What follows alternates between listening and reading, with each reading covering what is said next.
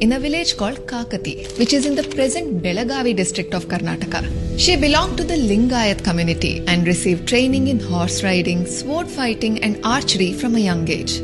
She married Malla Sarja Desai, who was the king of Kittur at the time. After a few years of their marriage, her husband died and unfortunately her only son also died soon after that.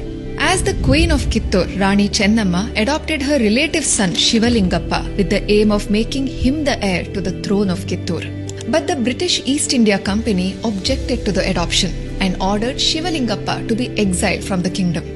This was done as part of the British policy Doctrine of Lapse. According to this, adoptive children of native rulers were not allowed to be their successor, and if the native rulers did not have children of their own, their kingdom would have to become a territory of the British Empire.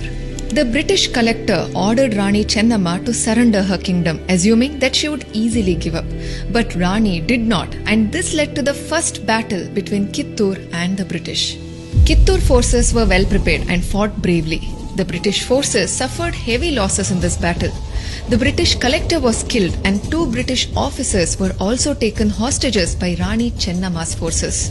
To avoid further destruction and war, Rani Chennamma negotiated with the British. She released the 2 hostages on the condition that the British should promise that the war would no longer be continued. But the British army betrayed her agreement and returned with much larger forces to attack Kittur once again. Rani Chennamma fought the second battle fiercely. For 12 days, Chennamma and her soldiers relentlessly defended their fort. But once again, the Rani was tricked by the British.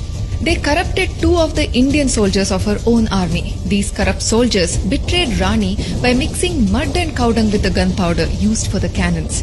Ultimately, Kittur Chennamma was defeated and captured by the British, who then imprisoned her for life. Rani took her last breath in 1829 in a prison at the Bailhongal fort. Even in her last few days, Rani spent her time reading Vedic texts and performing pujas with utmost integrity to her culture and traditions. The history of Bharat's freedom struggle is full of tales of brave men and women who fought against foreign forces. But it is unfortunate that in many such stories, it is a few corrupt people within our own country who have been our weakest link. When someone attacks from outside, we can plan and defend ourselves. But when a few of our own people betray the country, it's like cancer growing within, isn't it? Kappa kodabekante kappa, nimageke kodabeku kappa. Even today, you can hear children uttering these famous lines of Rani Chennamma, especially in the Kittur Utsav celebrated every year in memory of the great Rani. These lines were her response to the British when they demanded high taxes from the local people of Bharat, only to send this money back to Britain.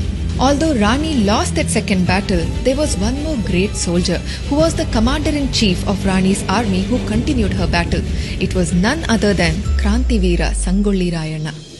In the second video of this series, we will learn about how he continues the battle after Rani.